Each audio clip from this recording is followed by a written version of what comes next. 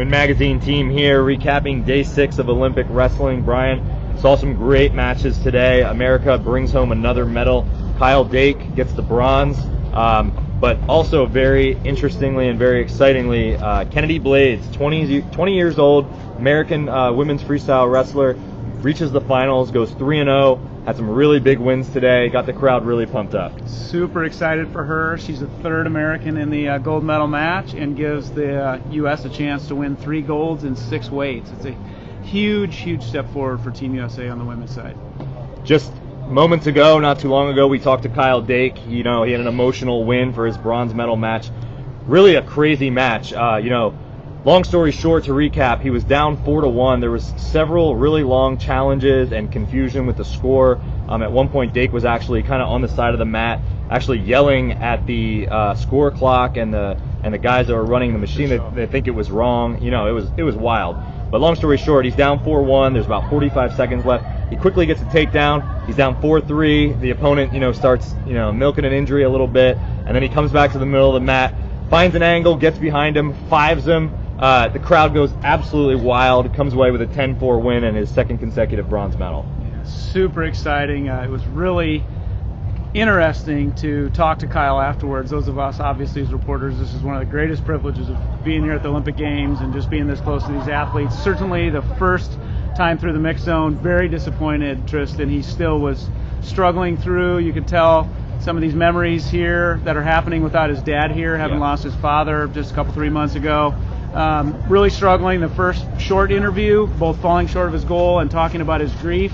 You and I just got done with the official press conference with him and the other medalists, and then the video interview, and he's very proud of his effort. He's proud of his bronze. Absolutely. Significant accomplishment to win Olympic bronze, and certainly what you could say is the toughest weight class in men's freestyle. Certainly one of the couple toughest in men's freestyle. So 2 Olympic bronzes in a row. Incredible accomplishment for Kyle Dake. And then, of course, those of us as journalists, and the question that's on so many people's minds is Kyle going to continue? And Tristan, the short, quick answer to that is yet to be determined. You can tell Kyle's wrestling with, do I keep going or do I not? He said 4 years till LA. The athletes at this level obviously are thinking in Olympic quads is a long time. But yet he has a pretty good situation right now. He gets to spend a ton of time with his kids. He said he still loves wrestling. His body still feels good. Loves competing. He was talking kind of about future matchups with opponents. It sounds like, again, we're not putting words in Kyle's mouth, but it sounds like from what he said, maybe leaning towards continuing, which is awesome for Team USA. Be bright for the future of Team USA. Also, Kyle Snyder was in action today. Had 2 good wins going into the semis and then ran into an absolute buzzsaw. The Bahrain wrestler who defeated him at last year's World Championship, the reigning world champion, lost a very close... Who's a Russian? Yes, Tristan. lost a very close... A lot of Russians here. Yeah. Transfer portals happening in Russia, too. That's right. 6-4 loss, got low singled twice. Did score a takedown late at the end of the match, but just wasn't enough time on the clock to rally there. Yeah, Kyle Snyder obviously has chance here at Olympic bronze, similar to Dake. And what we talked about in a recap last night, we know Kyle was super disappointed. We're going to see a very strong, resilient Kyle Snyder tomorrow. I think we could predict an Olympic bronze at 97 kilos in men's freestyle.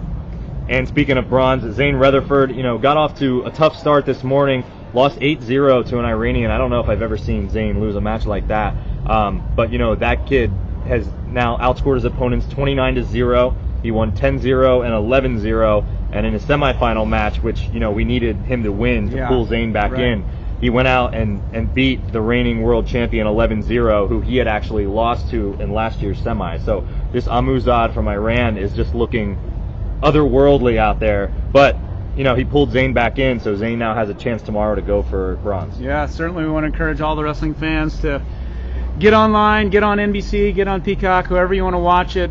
Follow us on Twitter.